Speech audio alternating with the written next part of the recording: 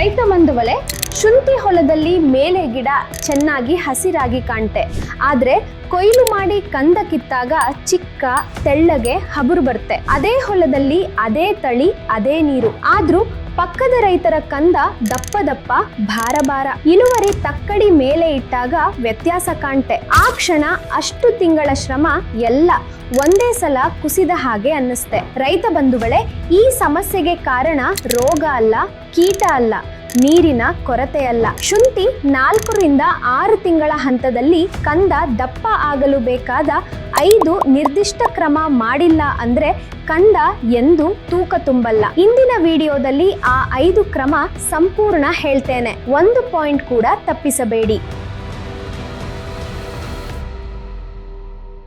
ನಮಸ್ಕಾರ ರೈತ ಬಂಧುಗಳೇ, ಸ್ವಾಗತ ನಿಮಗೆ ಕಾತ್ಯಾಯನಿ ಆರ್ಗ್ಯಾನಿಕ್ಸ್ ಕನ್ನಡ ಯೂಟ್ಯೂಬ್ ಚಾನೆಲ್ಗೆ. ಇಂದಿಲ್ಲ ಅಂದ್ರೆ ಈಗಲೇ ಮಾಡಿ ಮತ್ತು ಗಂಟೆ ಗುರುತು ಒತ್ತಿ. ರೈತ ಬಂಧುಗಳೇ, ಮೊದಲು ಒಂದ್ ಮಾತು ಅರ್ಥ ಮಾಡ್ಕೊಳ್ಳಿ. ಶುಂಠಿ ಬೆಳೆ ಮೊದಲ 1 ರಿಂದ 3 ತಿಂಗಳಲ್ಲಿ ಎಲೆ ಮತ್ತು ಕಾಂಡ ಬೆಳಿತೆ.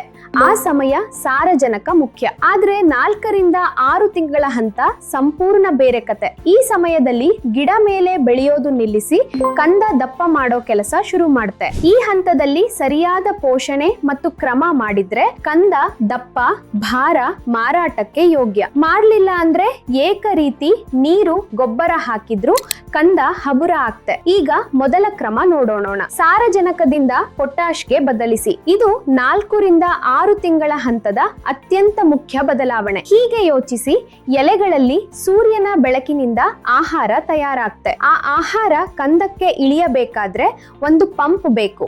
ಆ ಪಂಪ್ ಕೆಲಸ ಮಾಡೋದು ಪೊಟ್ಯಾಶ್. ಪೊಟ್ಯಾಶ್ ಕಡಿಮೆ ಆದ್ರೆ ಆಹಾರ ಮೇಲೆ ಉಳಿಯುತ್ತೆ, ಕಂದಕ್ಕೆ ಇಳಿಯಲ್ಲ, ಕಂದ ಸಣ್ಣ ಆಗ್ತೆ. ಜೊತೆಗೆ ಪೊಟ್ಯಾಶ್ ಕಂದದ ಜೀವಕೋಶದ ಒಳಗೆ ನೀರು ಹಿಡಿದಿರ್ತೆ. ಅದ್ರಿಂದ ಕಂದ ದಪ್ಪ ಮತ್ತು ಭಾರ ಆಗ್ತೆ. ಕಾತ್ಯಾಯನಿ NPK 0.000050 ಅಥವಾ ಸಲ್ಫೇಟ್ ಆಫ್ ಪೊಟ್ಯಾಶ್ ಪ್ರತಿ ಎಕರೆಗೆ 3 ರಿಂದ 5 ಕಿಲೋ ಡ್ರಿಪ್ ಅಥವಾ ಮಣ್ಣಿಗೆ ನೀರಿನ ಮೂಲಕ ಕೊಡಿ. ಪ್ರತಿ 15 ದಿನಕ್ಕೊಮ್ಮೆ ಕೊಡಿ. ಎಲೆ ಇನ್ನೂ ಸ್ವಲ್ಪ ತಿಳಿ ಹಸಿರಾಗಿ ಕಾಣ್ತಿದ್ರೆ ಕಾತ್ಯಾಯನಿ NPK 100 ಬಳಸಿ. ಇದರಲ್ಲಿ ಸ್ವಲ್ಪ ಸಾರಜನಕ ಜೊತೆ ಹೆಚ್ಚು ಪೊಟ್ಯಾಶ್ ಇರುತ್ತೆ. 1 ಲೀಟರ್ ನೀರಿಗೆ 3 ಗ್ರಾಂ ಅಥವಾ ಎಕರೆಗೆ 3 ಕಿಲೋ ಡ್ರಿಪ್ ಮೂಲಕ ಕೊಡಿ. ಎರಡನೇ ಕ್ರಮ ಬೋರಾನ್ ಮತ್ತು ಜಿಂಕ್ ಎಲೆ ಸಿಂಪಡಣೆ. ಇದನ್ನ ಬಹಳ ರೈತರು ಬಿಟ್ಟು ಬಿಡ್ತಾರೆ, ಆದ್ರೆ ಇದು ತಪ್ಪು. ಯಾಕೆಂದ್ರೆ ಏನಾದತ್ತೆ ಅಂತ ನೋಡಿ. ಬೋರಾನ್ ಇಲ್ಲದಿದ್ರೆ ಎಲೆಗಳಲ್ಲಿ ತಯಾರಾದ ಸಕ್ಕರೆ ಮತ್ತು ಆಹಾರ ಕಂದಕ್ಕೆ ಹೋಗಲ್ಲ. ಕಂದ ಟೊಳ್ಳಾಗ್ತೆ, ನಾರಾಗ್ತೆ, ಒಳಗೆ ಖಾಲಿ ಆಗ್ತೆ. ಜಿಂಕ್ ಇಲ್ಲದಿದ್ರೆ ಕಂದದ ತುದಿ ಬೆಳೆಯಲ್ಲ, ಬೆರಳು ಕಂದ ಸಣ್ಣ ಸಣ್ಣ ಆಗ್ತೆ. ಕಾತ್ಯಾಯನಿ ಬೋರಾನ್ 20% ಮತ್ತು Katyayani chelated zinc 12% EDT 1 litre ನೀರಿಗೆ ತಲಾ 1 ಗ್ರಾಂ ಕರಗಿಸಿ, ಜೊತೆಗೆ ಕಾತ್ಯಾಯನಿ ಸಿಲಿಕಾನ್ ಸ್ಪ್ರೆಡರ್ ಸ್ವಲ್ಪ ಸೇರಿಸಿ ಎಲೆ ಸಿಂಪಡಣೆ ಮಾಡಿ. 4 ರಿಂದ 5 ತಿಂಗಳ ಹಂತದಲ್ಲಿ 15 ದಿನ ಅಂತರದಲ್ಲಿ 2 ಸಲ ಮಾಡಿ. ಸಿಲಿಕಾನ್ ಸ್ಪ್ರೆಡರ್ ಎಲೆ ಮೇಲೆ ಔಷಧಿ ಅಂಟಿಕೊಳ್ಳಲು ಮತ್ತು ಮಳೆ ತೊಳೆಯದ ಹಾಗೆ ಸಹಾಯ ಮಾಡುತ್ತೆ. 3ನೇ ಕ್ರಮ ಹ್ಯೂಮಿಕ್ ಆಸಿಡ್ ಮತ್ತು ಸೀವೀಡ್ ಡ್ರೆಂಚ್. ರೈತ ಬಂಧುಗಳೇ, ಇದು ಬಹಳ ಜನ ಕಡೆಗಣಿಸೋ ಕ್ರಮ. ಆದ್ರೆ ಇದು ಮಾಡದಿದ್ರೆ ಮೇಲಿನ 2 ಕ್ರಮ ಕೂಡ ಪೂರ್ತಿ ಫಲ ಕೊಡಲ್ಲ. ಯಾಕೆಂದ್ರೆ ಮಣ್ಣಲ್ಲಿ ಬೇರಿನ ಹೀರಿಕೊಳ್ಳುವ ಶಕ್ತಿ ಕಡಿಮೆ ಇದ್ರೆ ನೀವು ಎಷ್ಟೇ ಗೊಬ್ಬರ ಹಾಕಿದ್ರೂ ಕಂದ ತಲುಪಲ್ಲ. Katyayani activated humic plus fulvic acid 98% ಮಣ್ಣನ್ನ ಮೆತ್ತಗೆ ಮಾಡುತ್ತೆ. ಮಣ್ಣಲ್ಲಿ ಬಂದಿಯಾದ ಖನಿಜ ಬಿಡಿಸುತ್ತೆ. ಬೇರು ಹೆಚ್ಚು ಪೋಷಕಾಂಶ ಹೀರಲು ಸಾಧ್ಯ ಮಾಡುತ್ತೆ. ಜೊತೆಗೆ ಸೀವೀಡ್ ಎಕ್ಸ್ಟ್ರಾಕ್ಟ್ ನಲ್ಲಿ ನೈಸರ್ಗಿಕ ಸೈಟೋಕೈನಿನ್ ಮತ್ತು ಆಕ್ಸಿನ್ ಇರುತ್ತೆ. ಇವು ಗಿಡಕ್ಕೆ ಸಂದೇಶ ಕೊಡ್ತಾವೆ, ಮೇಲೆ ಎತ್ತರ ಬೆಳೆಯೋದು ಬೇಡ, ಕಂದ ದಪ್ಪ ಮಾಡು ಅಂತ. Katyayani activated humic plus fulvic acid 98% ಎಕರೆಗೆ 1 ರಿಂದ 2 ಕಿಲೋ ಮತ್ತು ಸೀವೀಡ್ ಎಕ್ಸ್ಟ್ರಾಕ್ಟ್ 1 ಲೀಟರ್. ಇವೆರಡನ್ನ ನೇರ ಗಿಡದ ಬುಡಕ್ಕೆ ನೀರಿನ ಮೂಲಕ ಅಥವಾ ನಾಜಲ್ ತೆಗೆದ ಪಂಪ್ ನಿಂದ ಡ್ರೆಂಚ್ ಮಾಡಿ. 4ನೇ ಕ್ರಮ ಗಿಡ ಬೆಳವಣಿಗೆ ನಿಯಂತ್ರಕ ಬಳಸಿ. ರೈತ ಬಂಧುಗಳೇ, ಗಮನವಿಟ್ಟು ಕೇಳಿ. ಶುಂಠಿ 4 ರಿಂದ 5 ತಿಂಗಳ ಹಂತದಲ್ಲಿ ಕೆಲವು ರೈತರ ಗಿಡ ತುಂಬಾ ಎತ್ತರ ಬೆಳೆದು ಕಾಂಡ ದುರ್ಬಲ ಆಗಿ ಬೀಳ್ತೆ. ಗಿಡ ಶಕ್ತಿ ಎಲ್ಲ ಮೇಲೆ ಹೋಗ್ತೆ, ಕಂದಕ್ಕೆ ಉಳಿಯಲ್ಲ. ಇಲ್ಲಿ ಪ್ಯಾಕ್ಲೋಬ್ಯೂಟ್ರಜಾಲ್ 23% SC ಬಳಸಬಹುದು. ಇದು ಗಿಡದ ಎತ್ತರ ಬೆಳವಣಿಗೆ ತಾತ್ಕಾಲಿಕ ನಿಲ್ಲಿಸುತ್ತೆ, ಕಾಂಡ ದಪ್ಪ ಮಾಡುತ್ತೆ ಮತ್ತು ಗಿಡ ಶಕ್ತಿ ಎಲ್ಲ ಕಂದಕ್ಕೆ ತಿರುಗಿಸುತ್ತೆ. ಕಂದ ಬೇಗ ದಪ್ಪ ಆಗ್ತೆ ಮತ್ತು ತೂಕ ಹೆಚ್ಚಾಗ್ತೆ. 1 ಲೀಟರ್ ನೀರಿಗೆ 1 ಮಿಲಿ ಬೆರೆಸಿ ಎಲೆ ಸಿಂಪಡಣೆ ಅಥವಾ ಬುಡಕ್ಕೆ ಡ್ರೆಂಚ್ ಮಾಡಿ. ಎಕರೆಗೆ 150 ರಿಂದ 200 ಮಿಲಿ ಸಾಕು. ಗಿಡ ಎತ್ತರ ಬೆಳೆದು ಬಿದ್ದಿದ್ರೆ ಕ್ಲೋರ್ಮೆಕ್ವಾಟ್ ಕ್ಲೋರೈಡ್ 50% SL ಕೂಡ ಬಳಸಬಹುದು.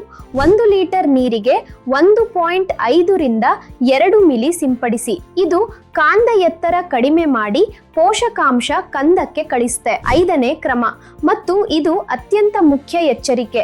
ರೈತ ಬಂಧುಗಳೇ, ಗಮನವಿಟ್ಟು ಕೇಳಿ. ಜಿಬ್ಬರ್ಲಿಕ್ ಆಸಿಡ್ ಅಂದ್ರೆ GA3 ಎಂದೂ ಹಾಕಬೇಡಿ. ಬಹಳ ರೈತರು 4 ರಿಂದ 5 ತಿಂಗಳ ಹಂತದಲ್ಲಿ GA3 ಹಾಕ್ತಾರೆ, ಗಿಡ ಚೆನ್ನಾಗಿ ಬೆಳೆಯುತ್ತೆ ಅಂತ. ಅದು ಅಪಾಯಕಾರಿ ತಪ್ಪು.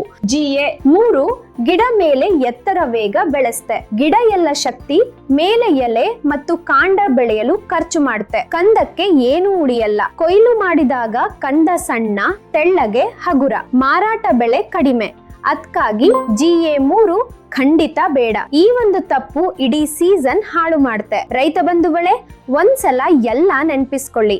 ಮೊದಲ ಕ್ರಮ ಸಾರಜನಕ ನಿಲ್ಲಿಸಿ ಪೊಟ್ಯಾಶ್ ಶುರು ಮಾಡಿ. 2ನೇ ಕ್ರಮ ಬೋರಾನ್ ಮತ್ತು ಜಿಂಕ್ ಎಲೆ ಸಿಂಪಡಣೆ 2 ಸಲ ಮಾಡಿ. 3ನೇ ಕ್ರಮ ಹ್ಯೂಮಿಕ್ ಆಸಿಡ್ ಮತ್ತು ಸೀವೀಡ್ ಡ್ರೆಂಚ್ ಮಾಡಿ. 4ನೇ ಕ್ರಮ ಗಿಡ ಬೆಳವಣಿಗೆ ನಿಯಂತ್ರಕ ಬಳಸಿ ಕಂದಕ್ಕೆ ಶಕ್ತಿ ತಿರುಗಿಸಿ. 5ನೇ ಕ್ರಮ GA3 ಎಂದು ಹಾಕಬೇಡಿ. ಈ 5 ಕ್ರಮ ಮಾಡಿದ ರೈತ ಕೊಯ್ಲಿನ ಸಮಯ 1 ಕಂದ ಕೈಯಲ್ಲಿ ತಗೊಂಡಾಗ ತೂಕ ಅನ್ನಿಸ್ತೆ. ತಕ್ಕಡಿ ಮೇಲೆ ಇಟ್ಟಾಗ ಪಕ್ಕದ ಹೊಲಕ್ಕಿಂತ ಎಕರೆ ಇಳುವರಿ 20 ರಿಂದ 30% ಹೆಚ್ಚಾಗ್ತೆ. ಮಾರಾಟ ಬೆಲೆ ಹೆಚ್ಚಾಗ್ತೆ. ಅದಕ್ಕಾಗಿ ಈ ಹಂತ ತಪ್ಪಿಸಬೇಡಿ. ನಿಮ್ಮ ಶುಂಠಿ ಈಗ ಎಷ್ಟನೇ ತಿಂಗಳಲ್ಲಿದೆ? ಯಾವ ಕ್ರಮ ಮಾಡ್ತಿದ್ದೀರಿ? ಕೆಳಗೆ ಕಮೆಂಟ್ ಮಾಡಿ. ಈ ವಿಡಿಯೋ ನಿಮ್ಮ ಶುಂಠಿ ಬೆಳೆಯುವ ರೈತ ಬಂಧುಗಳಿಗೆ ಶೇರ್ ಮಾಡಿ. ಕಂದ ದಪ್ಪ ಆಗದ ಸಮಸ್ಯೆ ಅವರಿಗೂ ಇರಬಹುದು. ಒಳ್ಳೆಯದು ಅನ್ನಿಸಿದ್ರೆ ಲೈಕ್ ಮಾಡಿ. Katyayani organics Kannada channel subscribe ಮಾಡುವುದನ್ನ ಮರೆಯಬೇಡಿ. ಧನ್ಯವಾದ ರೈತ ಬಂಧುಗಳೇ.